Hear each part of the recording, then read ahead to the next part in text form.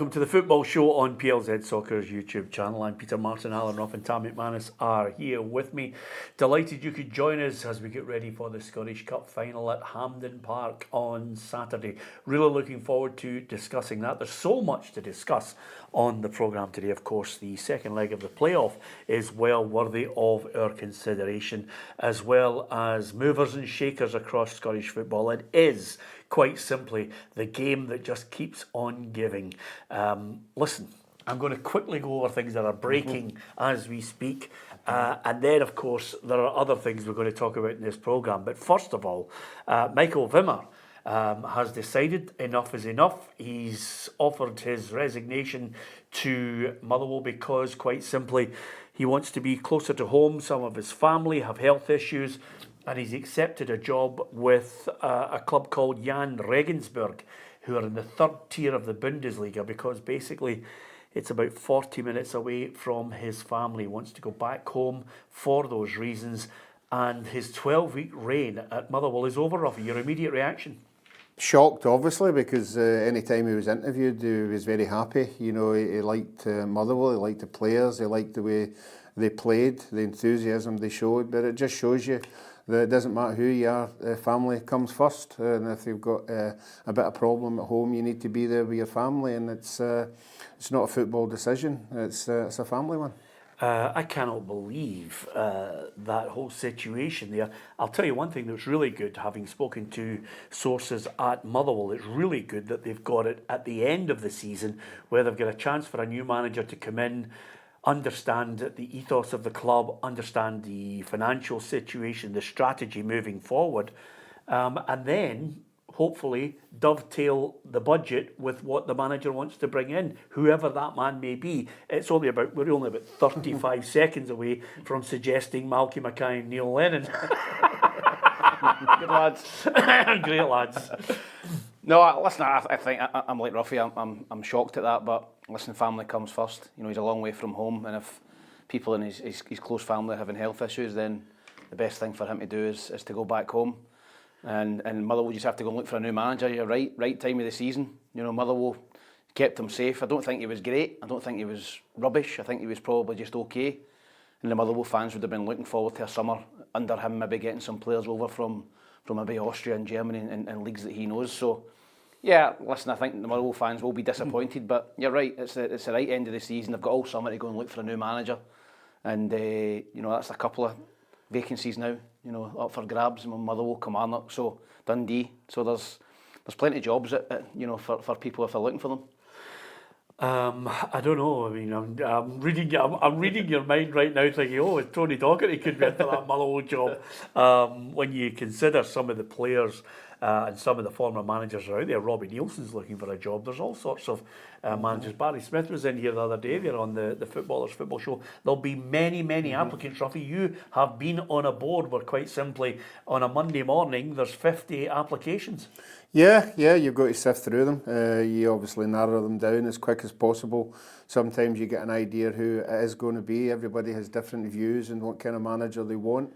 But you're right, there's a lot of guys out there who'll be firing in their envelopes, and I'm sure, I mean, any time we heard that any clubs were wanting jobs, it was like 40, 50, you know, just not the ones that run off the top of your head, but certainly there is enough people out there, and Partick Thistle as well. Yeah, so many jobs up for grabs at the moment. I mean, listen, there's a great line here on our feed says the boys are only moments away from pushing Barry Ferguson for this job. It's a situation which, again, if anybody's criticising Motherwell, I think they're being really harsh about it, because I am led to believe that Motherwell really pulled out all the stops, Tam, tried to obviously accommodate his family, accommodate getting them over here, trying to make Michael Wimmer feel as welcome as possible and feel at home with all the family needs. And if there was any kind of health issues across there, they were going to be very accommodating in allowing him to make journeys back. So I think they pulled out all the stops. So I don't think there's any need, you know, to apportion any blame here. It's just a case of simply turning around and saying, okay, the circumstances are this. and we just have to move on now and look for a candidate. They're not at this moment ruling out maybe looking for another foreign manager, but they'll have to review that listing quickly. Yeah, listen, they thought outside the box. We're getting Michael Wimmer in. He was a name that no one had mentioned, a name that no one had probably heard of, to be honest, and they got him in, so they might go down that road again. Or, listen, there are managers out of work at the minute. Stuart Kettlewell's out of work. Would he go back? Probably not. But there's Tony Docherty's out of work. Guys like Neil Lennon. So listen, there's guys out there, Stephen Naismith, who are all getting linked to jobs, who I think would interest Motherwell as well. So listen, it depends what the board want to do. Listen, it's not worked out for, and it's nothing to do with results. It's just a family reason, and that can happen in football. But yeah, I think that they will sift through, as Ruffy says, people will be applying for the job from near and far, and they'll try and get the best candidate again. But whether they go down the foreign route again or not remains to be seen. Yeah, you don't want to be in a downer, but we always have a go at Tam, for all his pals getting sacked. Yeah. I think if you have a serious think about the managers who are looking for a job, they've all been on their show in the last year. Never counts. Tony Docherty, Kettlewell. Stevie Robinson's next Stevie to go. No, he's okay. Yeah, Barry was with us. Barry's with Neil Lennon. Neil Lennon, yeah, absolutely. On the show. Try not to put the kiss of death on anybody coming on the show, Ruffy. Stuart Kettlewell still remains front runner for the Kilmarnock job. Although I am told that, the suggestion that the deal's done and dusted is a little bit premature because he's one of 6 people that they've been interviewing. The Dundee job's still up there. Timuri Ketsbaya, there's a name from the past, has thrown his name into the hat for the Dundee job, although Sean Maloney still remains front runner on that one. I mean, the managerial merry-go-round is amazing.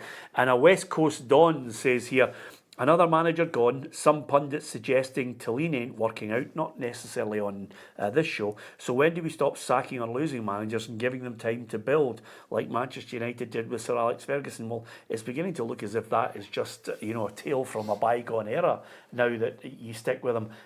Hibs did stick with David Gray, but I think they'd boxed themselves in by their approach to previous managers. But with regards to, Jimmy Thelin, and we're going to talk about the cup final shortly, the only people that will become, unhappy with Jimmy Thelin are Aberdeen fans who would voice it to Dave Cormack. But I'm led to believe in very good authority, having spoken to people in the Aberdeen camp, they're sticking with him, regardless of the cup final. You obviously don't want an absolute battering, but they're sticking with Jimmy Thelin. It's 5th place in the league table. It's not great. They go into the cup final, and then next year he gets a full summer of trying to recruit his own players. And that basically is what many a manager wants, maybe a couple of transfer windows to build his own side. Yeah, I think he's been heavily backed to Aberdeen as well, Peter. I think he's obviously had the summer window, the January window. They've just signed a guy from the A-League as well for a few quid. So I think he'll be there in the summer as well. So listen, the manager's been backed, and it's up to him to produce results for Aberdeen. But yeah, you're right. I think it's just because Aberdeen started so well that the fans had real aspirations of them maybe going and splitting the old firm and stuff like that. And the second half of the season fell away. From November onwards, we're probably bottom 2 in terms of results. So yeah, I think they've got to give them the summer and bring some more players in, get some more quality in, and see where they go next season. But I don't think that Jimmy Thelin will be under any pressure, regardless of the result in the cup final, because getting to a cup final, getting Aberdeen into 5th, is a good building block for them for next season. Okay, and Graham says, I like Tam's, is it Muckert? Yeah, Muckert golf shirt. My mum and dad live next to the golf course, says Graham. We know that, Graham, because obviously Tam nipped in there. Because in East Kilbride boy, your mum and dad left the back door open and Tam's got away with 2 tellies and a microwave. So, Ruffy, another one which should make you feel terrible. Craig Gordon signs a new 1-year extension at Hearts. You could still be playing. You've got to make a comeback, Ruffy. 42, he's 42. He's actually looked after himself. Well, what happened to you? I just left it. It's just gone. But I think it's great. I've said all along, I hope his injury clears up. I do want him to challenge Jim Leighton's cap record. I think if he hadn't had all these injuries, he wouldn't have been far away from it. But he signed for another year. That would be another maybe 8 or 9 internationals, and obviously World Cups coming up as well. Now, Jim Leighton? Many caps is behind? I'm not sure. I think he's only about 15 or something Was like Jim that. not 92? 92, he's Yeah. 92, I think. I think Craig's on maybe 70 something. He's not going to get that. Well, I don't know, the World Cup's coming up, or the qualifiers. 43, you need to play to 45 to get to 92. No, Ruffy, you would get like, about would 10 you like a to see year. him breaking Jim? Yeah, I do. Yeah, I do. Why is that? Because you don't like Jim? Because I think Craig's a bit of a rough deal. Yeah. No injuries, you know, because and he's a nice person. He's not boring. Yeah. Let's not knock Jim.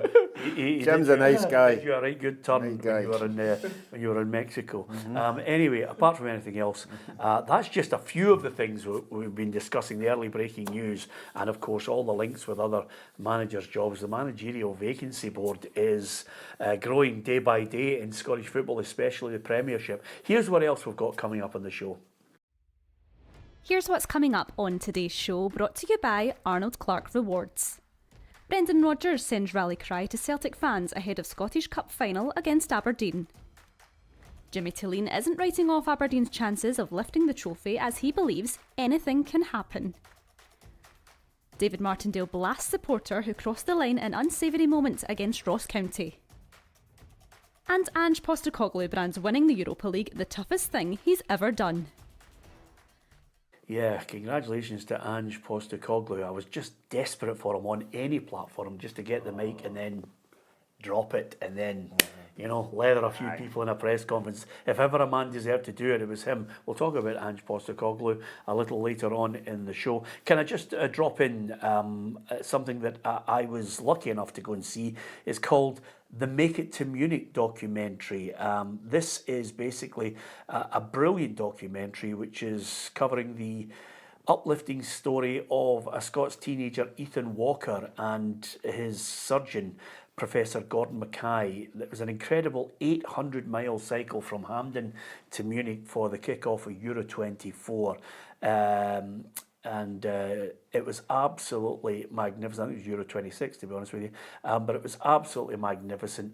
And as you can see there, the documentary is just uplifting because Ethan himself was actually on this scholarship in America, Ruffy, and he's from Aberdeenshire, and he suffered life-threatening injuries, including multiple fractures, 2 brain hemorrhage, dislocation of his right knee, in a road traffic accident, and then from there the whole documentary charts the recovery, and then this idea of why don't we all get on bikes and cycle to Munich. And to be honest with you, I went to the GFT to watch it with a number of people from across our profession, and it was really uplifting. The boy, his journey, and of course the relationship that he had with one of the finest surgeons our country has. It's a great story, and it's out in cinemas right across the country, and a chance for people to go and see it. Yeah, well, we got bits of it, you know, obviously while they were making it, you know, is the movement and the journey through there. It was very heartwarming, you know, to see him. Even better heartwarming when he got there, when all the Scottish fans were waiting on him to arrive, and you could see how much it meant to him, you know, being there, and how much it meant to the supporters as well to join in and everything that he'd done. Yeah, it was Euro 24, Tam. I was going to say that. Time is flying past by. Marty McFly. I'm thinking World Cup 26 now. Yeah, absolutely. Just a touch on Gordon Mackay. He operated on me when I broke my leg at Hibs. Is that right? He fixed my ankle. I've still got a plate and 6 pins in it. So if you're watching Gordon, the pins are starting to come through a wee bit now. So I'm not happy with your work. Yeah, it was 20 years ago, but I might be back in to see you shortly. Yeah, absolutely. I'll tell you one thing, by the way. Guys like Gordon Mackay should be paid absolute millions. They are worth their weight. You really are. I mean, saved so many lives, helped so many people, and inspired Ethan as well. And for Gordon to get on the bike as well was absolutely brilliant. If you get a chance to go and see it, go and see it. It's excellent to watch. Okay, cup final coming up. We'll discuss that. We'll hear from the Dons camp as well. What about the chances of a big shock at Hampden? Is that going to happen? Give us your thoughts on that. We'll read out some of your messages on that. We'll talk about the lineup, talk about the key elements of that game, as well as discussing at greater detail know, some of the other breaking news that we brought to you at the start with Motherwell and the search for a new manager. Yes, 12 weeks, Michael Wimmer gone because of family reasons heading back there. We'll talk about signings, Europa League final. We're definitely going to talk about Ange, as well as hoping, with fingers crossed, that Scott McTominay and Billy Gilmour are celebrating a Serie A victory on Friday night against Cagliari. Here's hoping.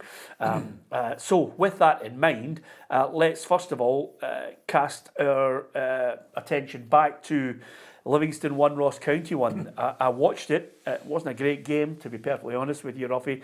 And I thought Livingston deserved more than the 1-0 lead that they had. And then they were denied the victory for going into the second leg by a late penalty. Yeah, there was a silly foul from the Livingston defender. You know, I thought to see out the game 1-0, I think would have gave them a large advantage in the next game. A lot of pressure in Ross County, but when you could see Ross County when they got the penalty and the wee boy stuck it away, you know, you could feel that it swung a wee bit towards Ross County with a home advantage. But I still think there's a lot to play for, and still could be 2 premierships down in the championship. Yeah, I'm amazed. I don't know, but it's switched my feeling on this, Tam, because Livingston couldn't see them off. They had opportunities. Certainly, when you look at it, the best of the possession, 55% of it. They had 11 shots to County's 7, and basically, I think it was an opportunity lost. I think it's slightly the pendulum starting to swing, and has swung in Ross County's favour now. Yeah, I think so as well. I think that Livingston will be disappointed that they didn't take a lead up there. I think when you look at the last couple of seasons, Ross County have been strong at home. You know, I think they come back and beat Partick Thistle after losing the first leg. Certainly beat Wraith Rovers comfortably last season, and Dingwall. So yeah, they are a different side at home. But I think Livingston will go up there and certainly test them. Livingston have already won up there this season in the Cup. It's all to play for. You would narrowly give Ross County the advantage, but I thought Ross County were poor last night, Peter. I don't think they created anything. I thought they were poor, yeah. The wee boy Hale, they're heavily reliant on him to score. He took his penalty well under pressure. And I think Livingston have got more goals in them. So I think there's a lot of life left in the tie, but Ross County probably slight favourites now. And I'd have filled for Danny Wilson. If there's no VR, he gets away with it. And Livingston usually have been playing this season with no VR, but obviously with that game there was VR and they get punished for it. But it's a sickness for Livingston, but the tie's still alive for them. I must admit, if that's the case, I mean, it was a soft penalty. I thought it was soft as well, Peter. We'll start giving them for jersey pulling. I think. Have we seen a lot of jersey pulling penalties? We've seen a lot of jersey. Have we? Penalties? No, but we've seen jersey pulling and then you take it away. I just thought he held it just a wee bit too long. Yeah. And that's why the referees, if you just do that and then you just let go, then it's fine. I just thought he just gripped it for maybe a second or two too long, and Jordan White's bought it as well. So yeah, they're disappointed, Livingston, but it's all to play for up in Dingwall. Do you think he's swaying towards County? No, I still fancy Livingston, Peter. I still think Livingston will go through, but I think it could go extra time penalties. Ruffy, you've been there. Yeah, I'm sticking with Ross County. Yeah? Yeah, I'm sticking with him. Tam's mentioned the wee man, he's on fire. You know, he slotted the penalty away quite easy, and he's been a brilliant signing. I'm surprised that they maybe be able to hold on to him with some of the goals that he scored this season. But I think he's the one that could win it for Ross County. Okay, that's the overall assessment of the game, and honours even, second leg on Monday. And we'll bring you build up to that as well as an assessment of it as well on PLZ Soccer. The station just never stops. It's as simple as that. When Ruffy and Tam have their 6th holiday of the year, we just keep on going with other staff. Fan spitting on Coach Carol Tremarco. It just beggars belief. We have plumbed the depths time and time again with various fans' conduct, behaviour, and we shouldn't have any great expectation when it comes to it at times, but I think spitting is probably the most barbaric of all. And quite simply, this is what Don Cowie had to say, the Ross County manager, on the incident at the end of the game. Supporters crossed the line in terms of their action. We all understand the game's full of emotion. We get a penalty in the last minute. The frustration's there. fans can say anything they want to a degree in terms of what they're saying to the dugout. It's fine, that's part of it, but it crossed the line by someone, carrying out an action that's not acceptable. And then after that, a few of our staff want to protect our people, which is natural because it's disgusting what happened. But luckily we managed to calm the situation down, and Livingston have been fantastic in terms of dealing with the situation. Where do you go with that, Tam?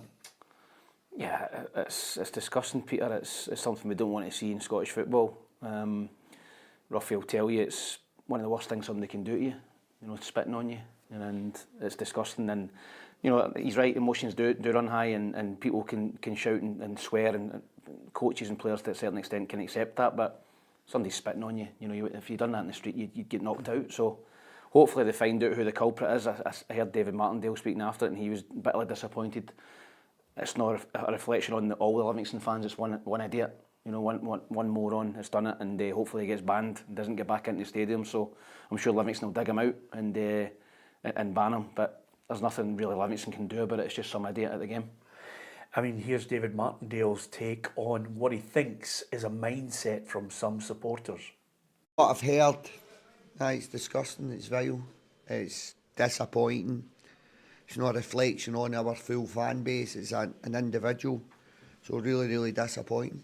Apologise on behalf of the club. There's not a lot more I can do. I'm sure the powers that be at the club will make sure it's dealt with promptly and efficiently. But I've been feeling football's been getting out of hand the last 2 or 3 years. This old analogy, I'll pay my money and I can shout what I want. This all comes from, remember, maybe not just this incident, but I do feel there's an entitlement with certain parts of fan bases that they feel they can come shout abuse, and then this is just probably a build-up of that kind of attitude. I can come to a football game, I pay my money and I can do what I want. Don't believe in it, don't agree with it. I think it's the only sport in the world that you can come and abuse your own players, fellow players.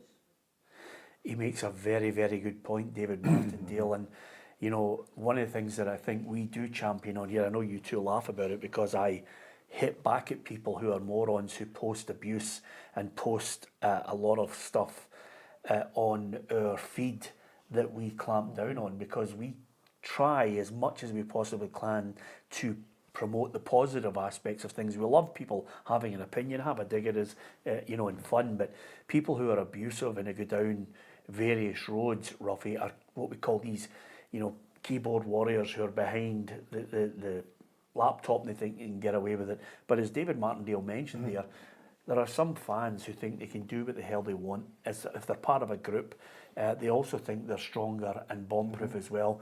You've got flares, you've got pyros, you've got abuse, and now spitting is just one of those things that you add to the list. Yeah, but as Tam said, the only way to stamp it out is catching the individuals and punishing them severely.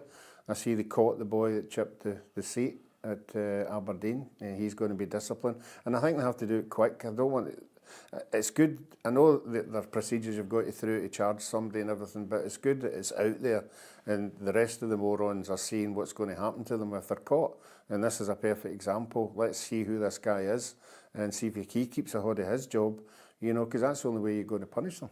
I think you should name and shame. Yeah, I think so as well. And I'm well done to the company who sacked the boy that did the 66 at the Rangers Celtic game. That's the kind of thing we're looking for, and it's out there, and everybody knows about it, and the guys then got to deal with it with his pals and everyone round about him, and they've got to realise, it can root. It's a life-changing thing that happens to them if they do something like this.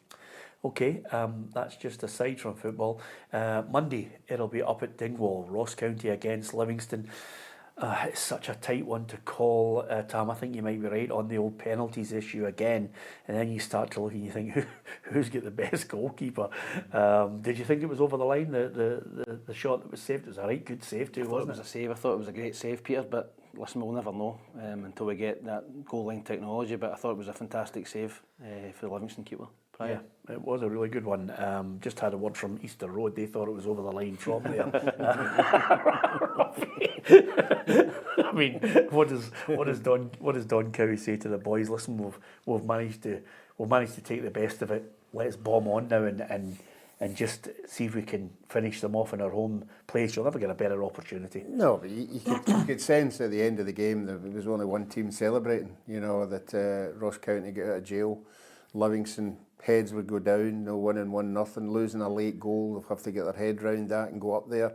But then it's up to the manager to do his job, you know, to convince both sets of players that they're good enough to win the game. Yeah, absolutely. Okay, I'm going to stick with Livy on penalties. I'll go Livy on penalties as well. I'm Ross County. On penalties? No, he won the game. Oh, comfortable? Yes. Okay. The issue I've got with Ross County, Peter, is they're not in great form. That's the last 10 games they've lost 8 and drew 2. Yeah. So they haven't won a game in I don't know how long, so that's a factor as well for me. Yeah, absolutely. Okay, Scottish Cup final.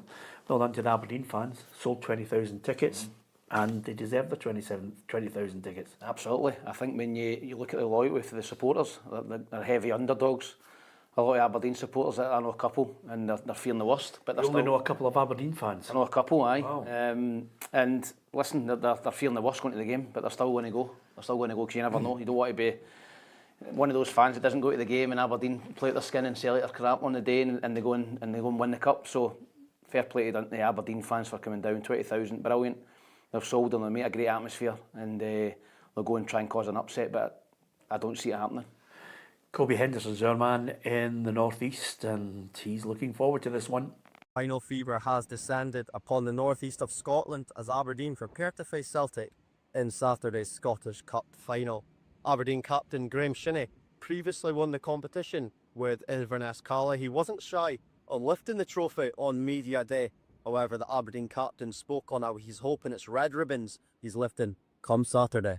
Yeah, it would mean everything to me. It would be a very special day, not only for me, but for the supporters and for the club and everyone involved. It would be a massive achievement for us all. So, like I said, it'll take a lot of hard work. It will take a lot of work in the game. Celtic are a good team, we know that.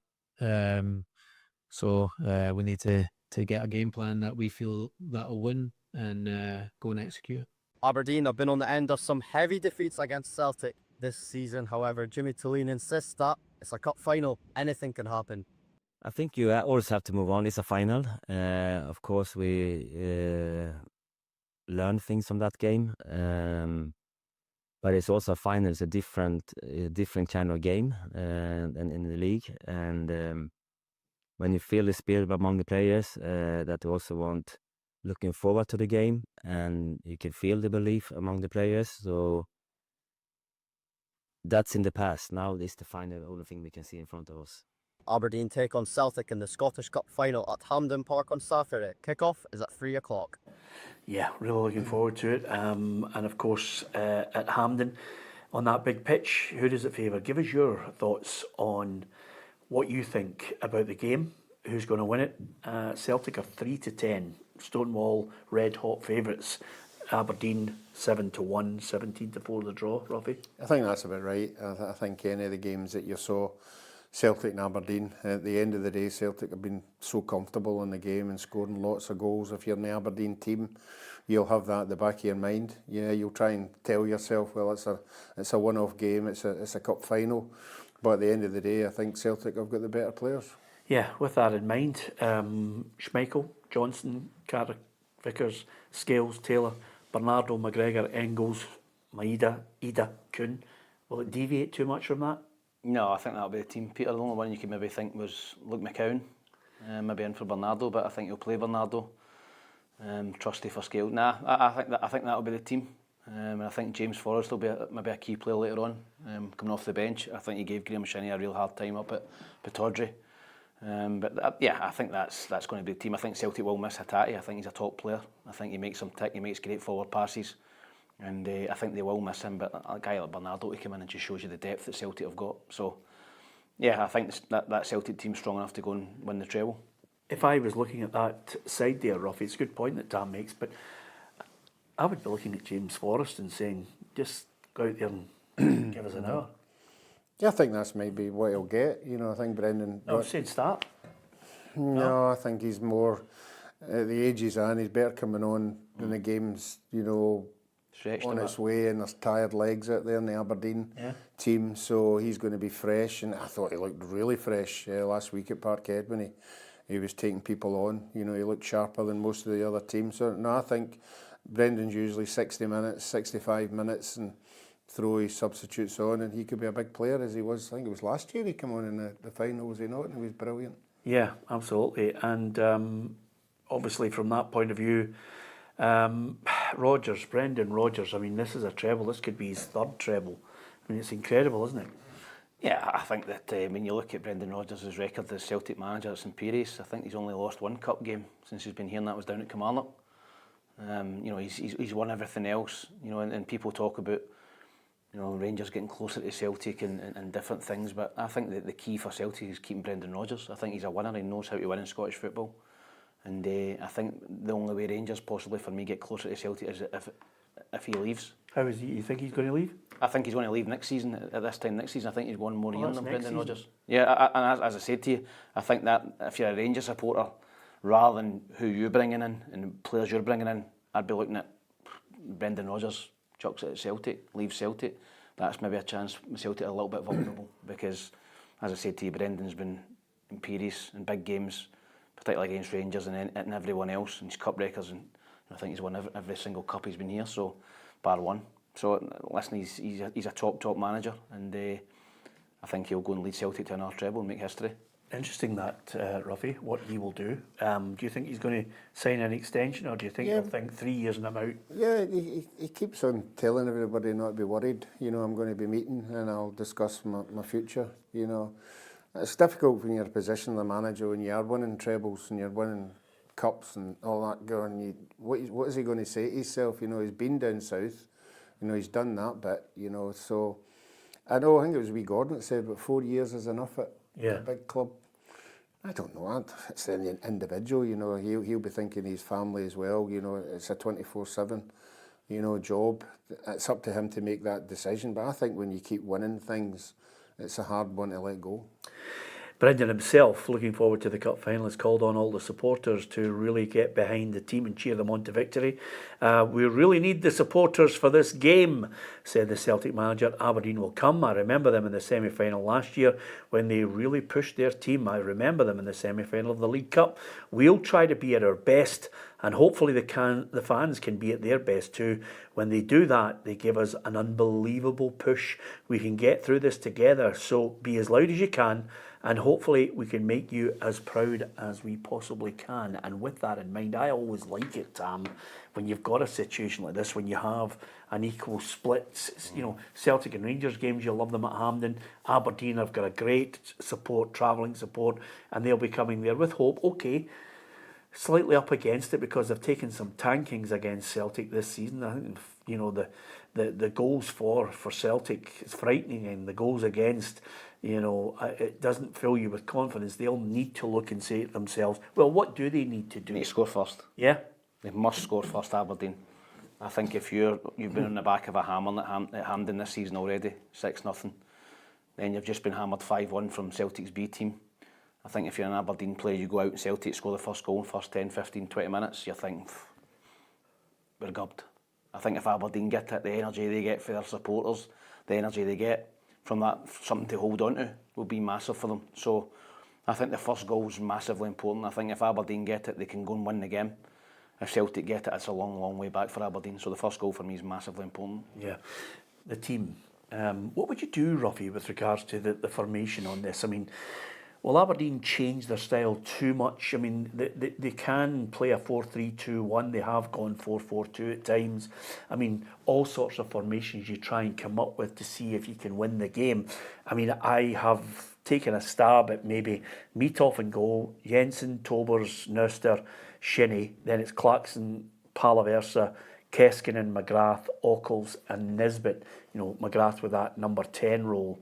But then, you know, you look at teams like Hibs and St Mirren, they've played a kind of a 5-3-2 and had success at times against Celtic. I just wonder, I think, my personal opinion is you've got to swamp the midfield and not give them the chance. Yeah, I think if you listen to most people who play against Celtic, you've got to sit in for 15-20 minutes. You've got to be solid You've got to make it difficult for their good players to get on the ball, and that's something that Celtic seem to do very easily, is get possession of the ball. Do you know what the worst time is for Aberdeen in all the games they've played against Celtic? The 25th minute. Because from the 25th minute onwards is when they start conceding goals against Celtic.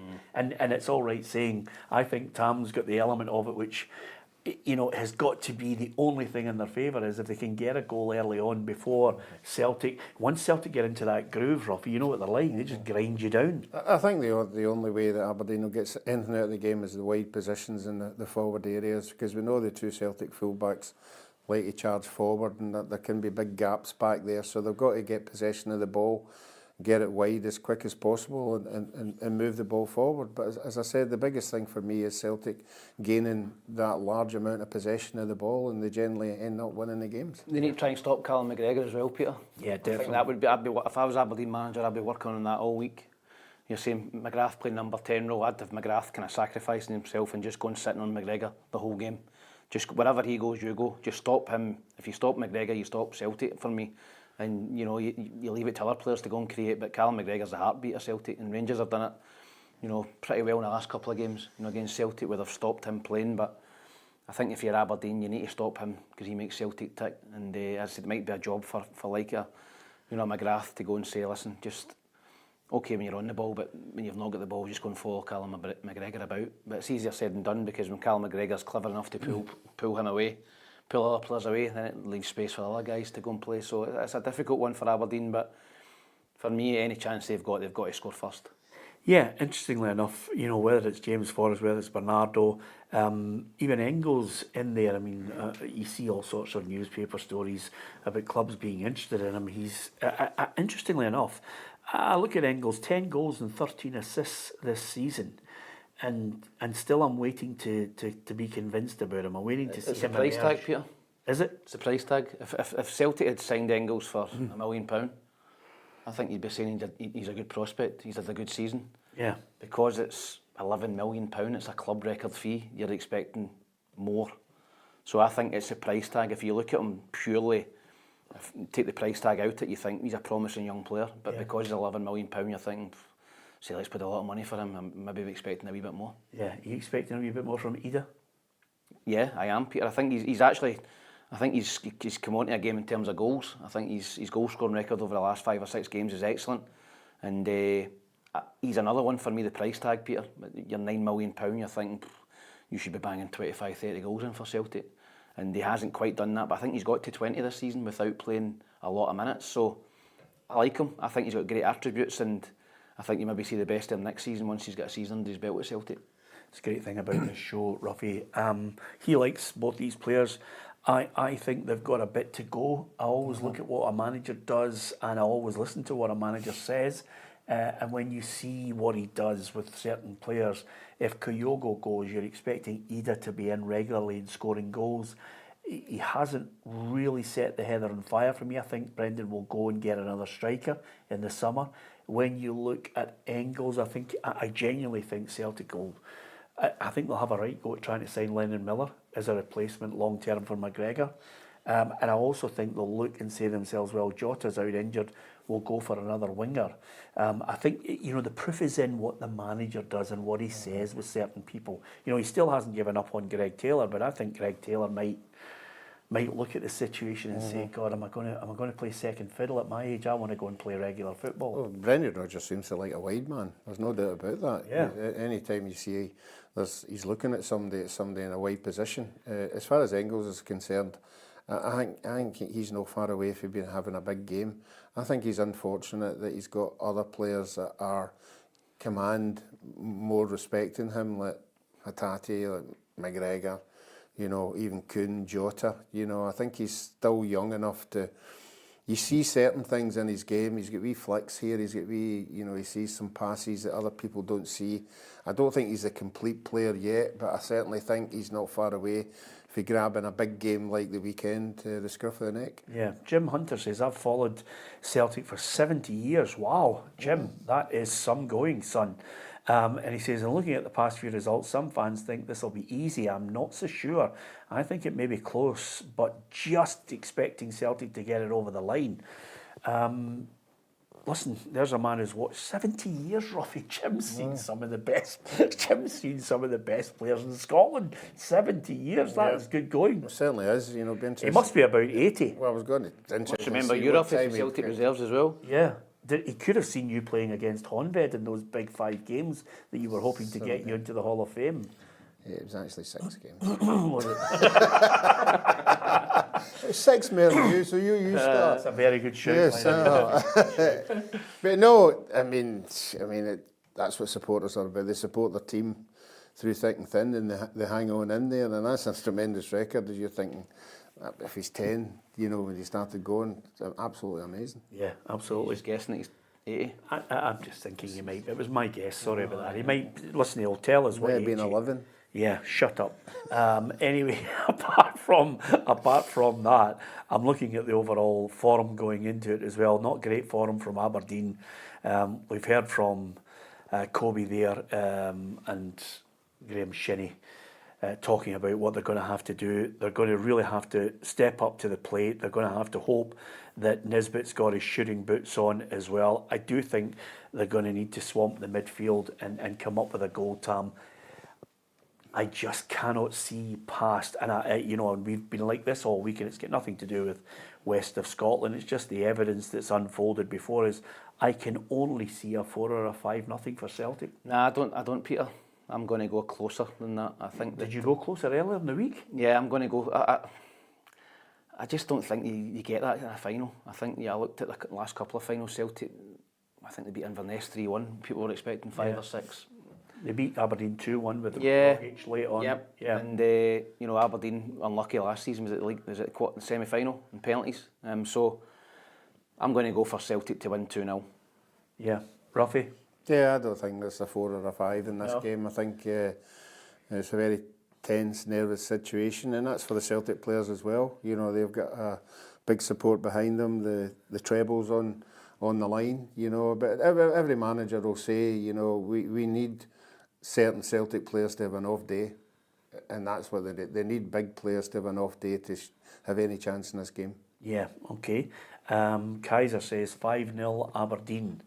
And I think what happens is sometimes... Heroin in Aberdeen? No, what happens sometimes, you just open a can of Kestrel and Kaiser's just gone for it today. He's just the sun's out, he's sitting there outside in his mansion in Aberdeen, because I've never met anybody. Have you met anybody poor in Aberdeen, Roffy? I haven't seen anybody poor. No. Kaiser's sitting there in Aberdeen and he just thought to himself, I'm on my 12th can, let's just go mental. 5-0 Aberdeen. What do you think? Well, I don't think it's going to happen, Kaiser. If Really believes that should go to the bookies and put it on. John says Kaiser's been on the glue again.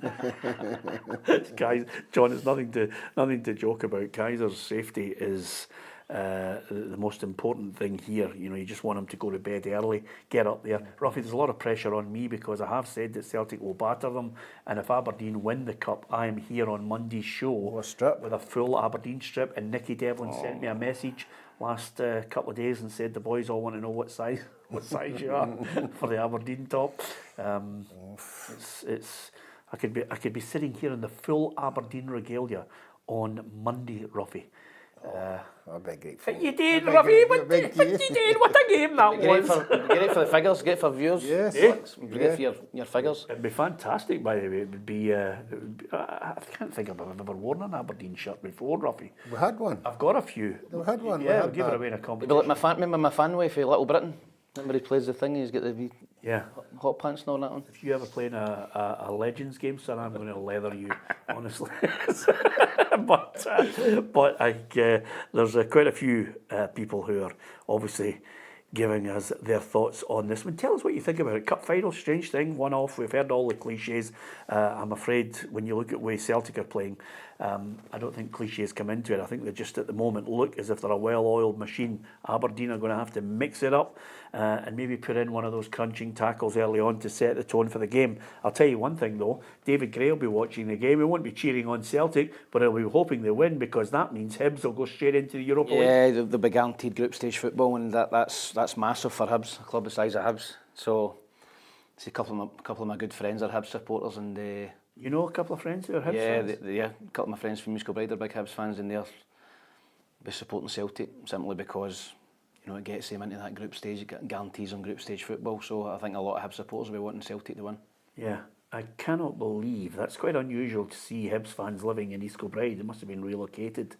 Aye, there is. There's actually a few. I've bumped into a few in East Kilbride. Yeah, Hibs fans, aye. wow. Must have moved west for jobs. Ruffy, what do you think? It's quite an unusual situation. I can't get my head around that. Yeah, can't get it myself, Ruffy, to be honest. Nothing's the matter with East Kilbride. I mean, it's a nice place. But a far away from Maybe Edinburgh. staying in Edinburgh, but We all can't have 25 acres in Cumbernauld, can we? That was a very good point. A very good point. As Ruffy, Horses and everything. by the way, he's the only man I know who Mint it. surveys his land with a binocular Aye. just to see if anybody has managed to breach the fence. Listen, prediction. 2-0 Celtic. 2-0 Celtic. Okay, I'm going to go 4-0 Celtic. There you are. It's as simple as that. Give us your thoughts on it. Lots of people have given us their thoughts on how they think it's all going to end. And it's the joy of it. I hope it's a sunny day. I think it's going to be the last sunny day before the weather eventually breaks. It's going to break tonight. Is it tonight? 9 o'clock tonight. All right, there you are. Ruffy, don't forget. Michael Pish. Yeah, PLZ Soccer later on. Ruffy does his own weather show. Just big isobars and a touch screen at the back there. Looking forward to it. A lot of other things that we've got to quickly talk about before we get to the end of the programme. Of course, what we will find out over the summer, and we'll be following it non-stop, is Rangers. Russell Martin, they still won't let his name drift away from the Rangers job. And then Steven Gerrard. If it was down to those two, I think there's got to be others in the equation for me, Tam. But if it was down to those two, Steven Gerrard or Russell Martin, I think Russell Martin would be an exciting prospect on the type of football that he wants to play. Yeah, I think Russell Martin's very much an attacking coach. I think you've seen that. By getting Southampton promoted. I don't think it's any shame for a club like Southampton to go into the Premier League and struggle. They didn't spend a lot of money. And the three clubs, as you've seen, that came up went straight back down. I think they just pocketed the money and kind of what will be. So I think he's a really, really good coach. I think he's got a way of playing, and I think it's a way of playing that would suit Rangers. I think it's a way of playing that would go and take the game to teams. Playing the front foot, break teams down. It wouldn't be in any way a defensive style. So I think I like Russell Martin. I see comments on social media mixed for Rangers supporters. Some think, yep, and some think, no, he's been sacked at Southampton. What's his credentials for Rangers? So I like Russell Martin. I think he'd be a good manager, but it depends on who the new owners see wanting to come in. Steven Gerrard's obviously a name that's not went away. Previous success, winning the league at Rangers, stopping the 10 in a row. I don't think he's shown anywhere else. No. In terms of Aston Villa or over in Saudi, that he's a top manager. He won one trophy in 9 at Rangers. I think the European runs maybe kept him in a job at times. I'm not so sure on that one with Steven Gerrard at Rangers. I don't get it, Ruffy. I'm not convinced at all. I think if Steven Gerrard is back at Rangers, even with some amount of money, I don't see him beating Brendan Rodgers. No, well, that's what they've got to take a gamble on. That's what they want. I mean, Steven Gerrard will come back. He's been here already. He knows he just has to beat Celtic. If he comes back. If he comes back. I mean, that would be... I mean, most of when he went down south, he had a lot more teams to beat, when he left Rangers. So he knows coming up, you have to be number one, and it depends what the new owners say. This is the ammunition you're going to get to be number one and turn this around. So I think it's behind the scenes, the chat, and what's on the table. I still think it's a name coming out of left field that nobody knows. You're not going to tell us who that is. Well, I'm just saying to you, I think it's a name out of left field that nobody knows, that they might, once they get the overall takeover in place. I've said, I mean, I know it might sound silly, but they do have lots of clubs, the Red Bull and the 49ers. I think they've got that many clubs. I think it's Vince Lombardi. I think it's somebody they've interviewed for one of their clubs that's been successful. They might say, right, well, they'll put him in there. He's done all right. Bill Belichick? Yeah. No. Okay. With Brady, maybe. I just think the board is the key issue to this. New board in, new way of thinking, new business plan. Kevin Thelwell has a list there, and I'm not sure at this moment if it's just down to two men. He'll have other people there that he'll be looking at and studying their credentials. What about Kelly? Stuart Kettlewell, not in the job right now, front runner, but there's 6 being interviewed, and he's not got the job the way it's maybe been an early, not to say he won't get it, but it looked as if it was all done and dusted in the last 24 hours, but it's not. Yeah, I think that when you look at Stuart Kettlewell, he's got good experience in the Premier League. Ross County, Motherwell, obviously left Motherwell on a sour note, which we thought could possibly put some clubs off, you know, not happy with some abuse he was getting from the stands. And listen, I think we've had Stuart on the show before, he speaks very well. I think if he goes for an interview, I think he would be impressive in an interview. I think if you directors sitting there, 3-4 guys sitting there, Billy Bowie, and Stuart Kettlewell put a presentation on, I think you would think he's quite an impressive character. He speaks well, which is half the battle, I think, in management. So, yeah, I think he'll be in the running for it, Peter. And I certainly think Steven Naismith, who's been linked to it straight from the get-go, I think he would be in for it as well. You know, great player at Kilmarnock, you know, good experience at Hearts, finished 3rd. I would expect Stuart Kettlewell or Steven Naismith, one of those two, to be the Kilmarnock manager. Yeah. Yep. Okay. Dundee's a different kettle of fish. Can't quite second guess where they are going. I mean, I know Tamuri Ketsbaya maybe have thrown his name into the ring, but that's just one of undoubtedly 50 applicants will all fancy a wee tilt at Dundee. But I think John Nelms and Gordon Strachan have already decided on their man, even though, you know, it could be Sean Maloney, but I think they've already decided who it is. Yeah, I think Gordon Strachan's got a big part to play in this. Obviously, if he's there, you know, under the capacity that he's working under, he's the guy you're going to tune into. You know, a lot of experience. He's worked with a lot of these guys. He'll know what they're bringing to the table. We don't know which way Dundee are going to go in the future. I was certainly surprised with the sacking. You know, I thought that the first year he had all these loan players, and then he got rid of all them, and they brought in more stability. And then I would have given him another year, you know, most definitely. But I can't see why he wouldn't be mentioned at the Kilmarnock meeting. Yeah. Tony Docherty. Yeah, okay, interesting stuff. Okay, as we told you at the top of the programme, Craig Gordon has signed a 1-year extension at Hearts. They've also obviously got a new manager in place, and Derek McInnes has said he's willing to embrace, he thinks it's a great idea, Jamestown Analytics. They've signed Alexandros Kizaridis. This is a Greek winger, and they've already got a pre-contract signing of the Norwegian right-back Christian Bosch-Grevnik. So this isn't McInnes' signings? No. So they're already ahead of the game Yeah. with the analytic? Right. Yeah. Okay. So I think from that point of view, he's quite happy to, you know, he said he used to do it all on his own. St Johnstone, obviously, as you climb into bigger clubs, there's a better structure to help you look at players. Yeah, I think it makes sense for him. I think that he'll go to the board of directors and to the Jamestown Analytics folk and say, listen, I want a right back. I want a right back that gets forward, that can, you know, do underlaps, that can, you know, defend well at the back post. And Just out of curiosity, I've got to stop you there. What's an underlap? An underlap's when you don't go out, you go overlap, you go underlap, so you go inside the park. I've never done an underlap. Through somebody's legs? No. I've done a few nutmegs, but I've never done an underlap. That's another one. You underlapped? Yeah. Have you ever underlapped? Yes. Yeah. Okay. At the golf day. No, listen, I think there'll be certain characteristics that Derek McInnes wants in a player, and they'll put it to Does the that board. take the pressure off him? Because I never identified him. You identified him. You've just given him to me. He'll tell them what they're looking for, and I'm sure they'll come back with a list of 2 or 3 players, and he'll have the final say. I think Derek McInnes will have the final say on the signings, but yeah, I think that when you look at it, listen, players coming in, players going out. I think you see a big turnover at Aberdeen this summer, and there'll be players coming in from everywhere. But listen, they're getting their business done early, Peter. And Hearts. Hearts. And I think when you look at it, they're not in European football as well. Yeah, I think that could help them possibly as well. Still looking at Elton Kabangu, who I thought was useful at times, and they are still interested in Islam Chesnikov. I'm going through these names really well, Rafi. I'm doing well, aren't I? But we shall see. There'll be lots of players coming and going. This is, everybody thinks this is the glamour of football, but let me tell you, and Tam is here to give you an insight. You could do an entire programme with Tam on looking for a new club in the summer.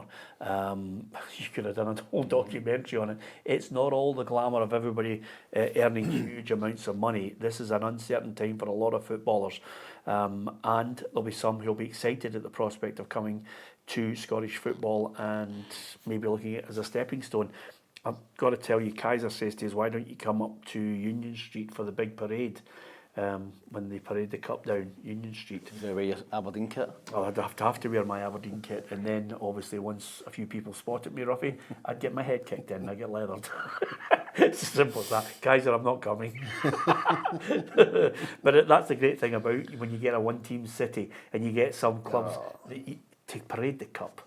I mean, I saw your parade, the old photographs of you parading the cup in 1971 when you beat Celtic 4-1.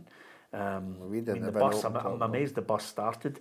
And the second thing was your clobber was an absolute. Is it not an open top bus now? No, we had a Is it wee just a bus? single. They didn't have We had open a top single buses. bus, but you know the wee air vent thing.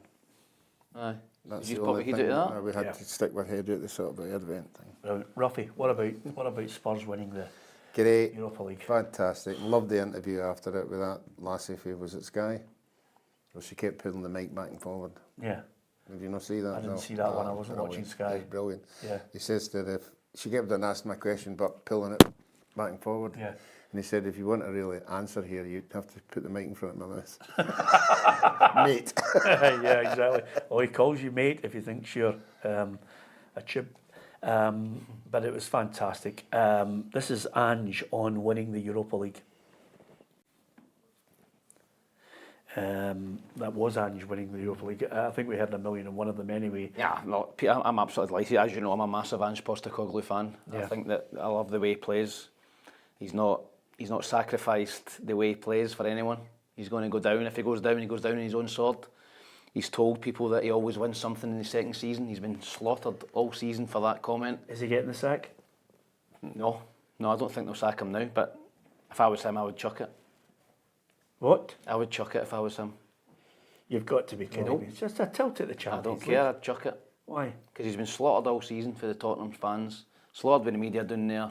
Daniel Levy, I'd go, right, thanks very much, see you later. You wouldn't get your 3-year payment. Yeah, well, that's the thing. I knew you were going to say that.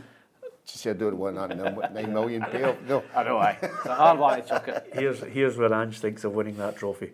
It's definitely been the toughest thing I've ever done, without a shadow of a doubt. And I knew that going into it. You know better than me that this club's had some unbelievable world-class coaches, world-class players, and they haven't had a night like this. So I knew what I was taking on.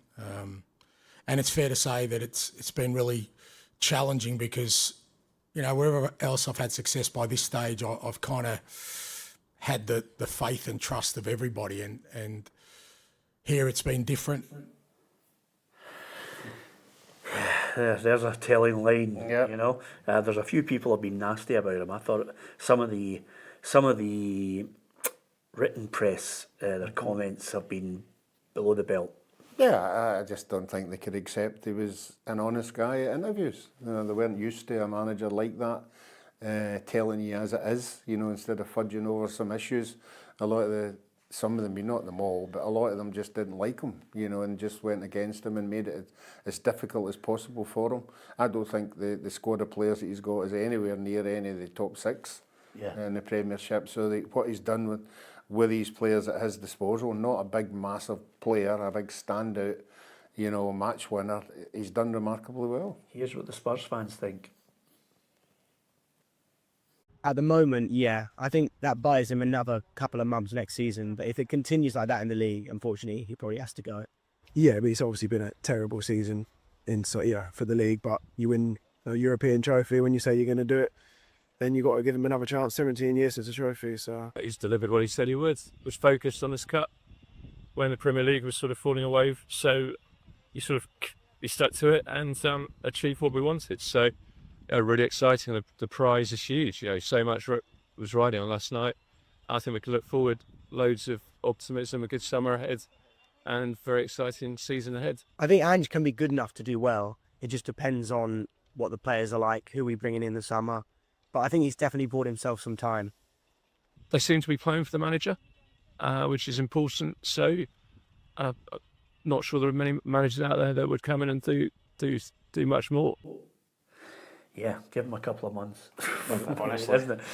Listen, if you think he's under pressure, what about the United manager? He's going to have to go through a complete rebuild, but he's not for quitting either, Rúben Amorim. we have to see. In this moment, is really I'm not going to be here defending myself. It's not my style. I cannot do it. Is really hard for me. So I have nothing to show to the fans and say I'm going to improve because of this. I had these problems. I will not do nothing. So in this moment is a little bit of faith. So let's see. And like I said before coming here in the flash, I'm always open. If the board and the fans feel that I'm not the right guy, I will go in the next day without any conversation about compensation. But I will not quit again. I'm really confident on my job. And as you can see, I will not change nothing in the way I do things. Okay, you always got to stay for the money. That's Ruffy's motto, and that will be what his motto is when he eventually leaves PLZ. You're just going to stick in, and you're Ruffy right to the end. Yes, I'll be here till.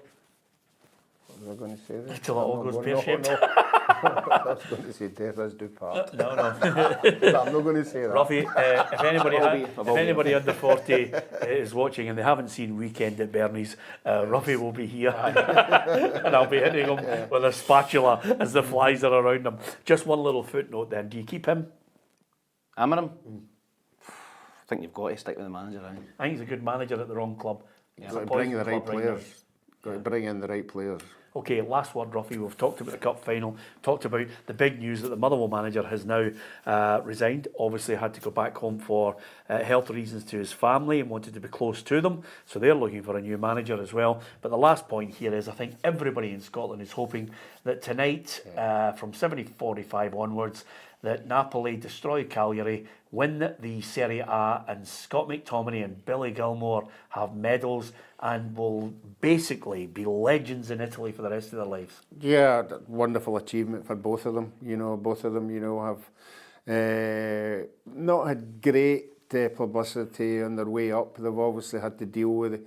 Obviously, Scott McTominay leaving Man United, Billy Gilmore having gone about clubs on loan and all that, and now they've ended up at a really good club, and what an achievement to win that league. It'd be magic, wouldn't it, tonight? Yeah, I hope they do it, Peter. I don't know, my friend Paul Petrie at McBookie bought Billy Gilmore's strip at an auction at the start of the season. Paid a lot of money for it, and I think he's sitting with his fingers crossed as well, because that will be worth a few quid. Yeah, it will be, and especially he'll be able to split some of the money with you for mentioning his company on this show. Well done, Tom. Other betting companies are available. Yeah, well, didn't notice it. I just thought you'd whip that in before the end of the season. Anyway, I'll buy it off you, Paul. Apart from anything else, hopefully you've enjoyed our look ahead to the cup final. Enjoy the game, go to the game, enjoy your football, come home safely. That's what it's all about. It is only a game after all, but we love it, and we're giving you more and more free content as well. And let's not forget, as we say farewell to you, to enjoy the cup final. We're back next week. We'll be having the Journal Show. Ruffy and Tam will be assessing the cup final as it unfolded, and we'll get reaction from the managers and the players as well. If you get a chance, why not come along to a great night? We've got an event on the 14th of June, Saturday the 14th of June. Gordon Strachan and Martin O'Neill will be with me in conversation at the Alona Hotel in Strathclyde Park. We'd love you to come along to that. You can go onto our website in the shop and you'll get the details of that, and there's also a link below if you want to buy yourself some tickets. It will be a really fun night with some great tales. From Ruffy, from Tam, from myself, Peter Martin, have a great weekend. Thank you for listening and watching. There, I'm Kerry Pollock. Come and join us for an evening with Martin O'Neill and Gordon Strachan. Together for the first time as a double act, Martin O'Neill and Gordon Strachan talk football management, look back at their trophy-laden playing careers, the management they worked under, and share the laughs that they had in the dressing room at the peak of their powers. It's tales of Clough and Ferguson chasing domestic and European glory. Both former Celtic managers will tell their tales of title triumphs and European nights not to forget. It's a night not to miss on Saturday the 14th of June at the Alona Hotel in Strathclyde Park. Click on the link below to secure your table now.